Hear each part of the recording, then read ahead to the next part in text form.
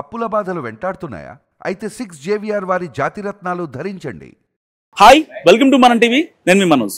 Jubilee Hills లో ఇప్పుడు ఉప ఎన్నిక జరగబోతుంది. మరి గతంలో 2 సార్లు మాగంటి గోపీనాథ్ ఇక్కడ ప్రాతినిధ్యం వహించారు. మరి ఇలాంటి నేపథ్యంలో ఇప్పుడు అప్పుడంటే అధికారంలో బీఆర్ఎస్ ఉంది కాబట్టి బీఆర్ఎస్ గెలిచింది ఇక్కడ. సో ఇప్పుడు మరి అధికారంలో కాంగ్రెస్ ఉంది. మరి ఇక్కడ ఏ పార్టీ గెలిచే అవకాశం ఉంది, ఎవరికి ఎక్కువ మద్దతు ఉంది? సో తెలుసుకుందాం, మనం ప్రజలతో మాట్లాడే ప్రయత్నం చేద్దాం. ఇప్పుడు మీ పేరు? మనోజ్. జూబ్లీ హిల్స్ లో ఏ పార్టీ గెలుస్తుందంటే ఏం చెప్తారు? జూబ్లీ హిల్స్ లో అంటే కొంచెం కొత్తదనం, నా ఒపీనియన్ అయితే కొత్తదనం కోరుకుంటున్నాం. సో ఏదైనా ఒక డెవలప్ కానీ అంటే ఎక్కడైనా పోటాపోటీగా ఉంటే కొంచెం మార్పు వస్తుంది కదా. ఇప్పటి వరకు ఒకే లూప్ లో వెళ్ళింది. దాని తర్వాత ఇంకొంచెం ఏదైనా కొత్తది వచ్చి వాళ్ళు ఏం చేస్తారు అనేది చూడాలనుకుంటున్నాం. అంటే ఇప్పటివరకు ఎంతవరకు అయితే యాజ్ యూజువల్ గా అయిపోయింది, పెద్దగా ఏదైనా చేయడం కానీ అంతంత మాత్రాన్ని. మీరు మార్పు కావాలంటున్నారంటే బీఆర్ఎస్ కావాలని కోరుకుంటున్నారు. సో అంటే ఏ పర్టికులర్స్ లో, అంటే ఎలాంటి జోనర్ లో ఇక్కడ మార్పు జరగలేదు కాంగ్రెస్ గవర్నమెంట్ వచ్చాక గోయింగ్ ఇప్పుడైతే పోలీసుల పరంగా కొన్ని మార్పులు అయితే వచ్చాయి. ఏదైతే అవ్వాలో కొన్ని లాస్లు కూడా అయ్యాయి, అలాగే ప్లస్లు కూడా ఉన్నాయి. సో పర్టికులర్ గా చెప్పడానికి అంత ఐడియా లేదు. ఇక్కడ జూబ్లీస్ పరంగా వస్తే ఇప్పుడు ఒకరే వచ్చి ఇన్నాళ్ళు అవుతా ఉంది, ఏమవుతుందో తెలియట్లేదు. సో సరైన పోటీ వచ్చి, సో ఎప్పుడైతే పోటీ ఉంటుందో నేను మంచి చేస్తా అంటే నేను మంచి చేస్తా అని అప్పుడు ఏదైతే వస్తుందో దానివల్ల జనాలు బెనిఫిట్ అవుతారు. సో ఒకరే చేశారంటే ఒకరే ఉన్నాడు నేనే గెలుస్తాను అంటే జనాలు కూడా ముందుగా ఇప్పటి నుంచి ఉన్నట్టుగా సర్లే కానీ అని కాకుండా, సో ఎవడు చేస్తాడు ఎవడేం చేస్తాడని పరిశీలించి ఎవడు ఏం చెప్తే ఏ నాయకుడు ఉన్నా ఎవరు ఏం చేస్తారని వాళ్ళు వస్తే ఇది చేస్తాం లేదంటే ఇది చెయ్యం అని వీళ్ళు చెప్తే వాళ్ళకి మాత్రం పోటీ, సరైన పోటీ ఒకరొకరు తగిలితే సో దానివల్ల జనాలకు బెనిఫిట్ అవుతుంది. ఇప్పుడు ఆంధ్రాలో అయినా ఎక్కడైనా సరే ఎప్పుడైతే పోటీ స్ట్రాంగ్ ఉంటుందో పోటీ మధ్యన జరిగిన వల్ల ఒకటి లాస్ అవ్వాలి లేదా ప్రాఫిట్ అవ్వాలి. సో పాలిటిక్స్ లో జనాలకి ఏదో మంచి చేస్తేనే అవుతుంది కాబట్టి ఖచ్చితంగా ప్రాఫిట్ అవుతుంది. సో రోడ్స్ కానీ ఇక నాలాలు కానీ ఏదైనా కానీ సో ఒక బెనిఫిట్ కానీ ఒక పార్టీ చేంజ్ ఓవర్ వస్తే దాన్ని నెక్స్ట్ వీళ్ళు ఏం చేయాలనేది జనాలకి అర్థం అవుతుంది. సో ఎవడు ఏం చేస్తారని తెలుస్తుంది. అంటే ఇప్పటివరకు చారణాలు బట్టి ఒకటే ఉండడం వల్ల పెద్దగా తెలియట్లేదు, ఒక లూప్ లైన్ లో వెళ్తుంది. సో చేంజ్ వస్తే వాళ్ళు ఏం చేస్తారని చూడాలి. దాన్ని బట్టి ఎవరు ఉంటే ఎవరు కరెక్టా ఎవరు రాంగ్ అనేది కూడా తెలుస్తుంది. సో నేనైతే కొత్తగానే కోరుకుంటున్నాను. Thank you bro, thank you. మీ పేరు? రాజగోపాలం. జూబ్లీ హిల్స్ లో నెక్స్ట్ ఏ పార్టీ గెలుస్తుంది అనుకుంటున్నారు? నెక్స్ట్ పార్టీతో అనేది సమస్య కాదు, ఇక్కడ కొన్ని చాలా ప్రాబ్లమ్స్ ఉన్నాయి. ఏ పార్టీ వచ్చినా సరే దీన్ని ఎవరు సాల్వ్ చేయలేకపోతున్నారు.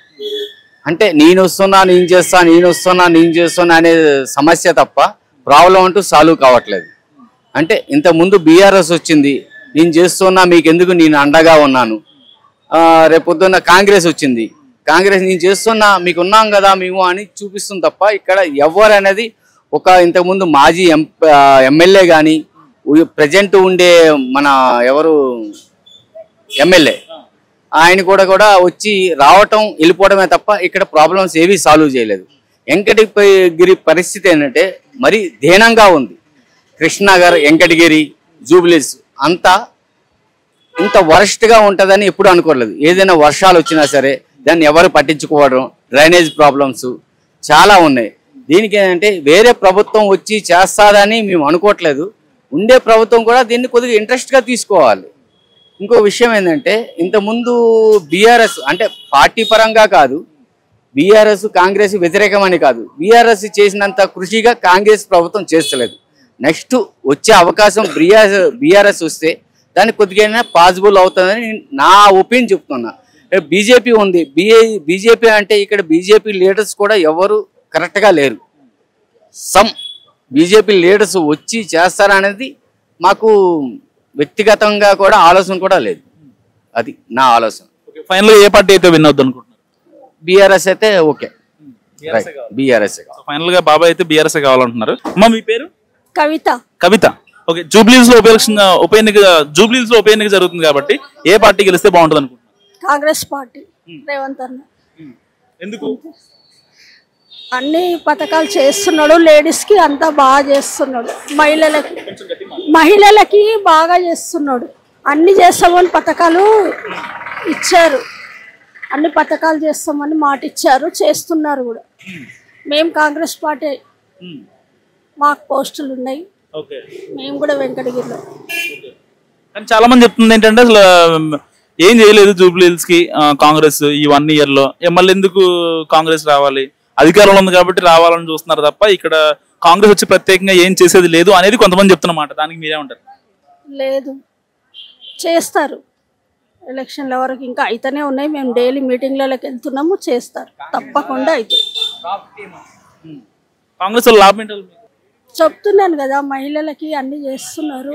ఒకటి స్కీమ్లు ఇస్తున్నారు, కరెంట్ ఇచ్చారు, మళ్ళీ 25 అన్నారు, అవి చేసి ఇచ్చాము. డబుల్ బెడ్రూమ్లు వస్తున్నాయి, ఇప్పుడు స్టార్ట్ అవుతున్నాయి. ఇంకా అన్ని పథకాలు చేస్తామని చెప్పారు. మీ పేరు?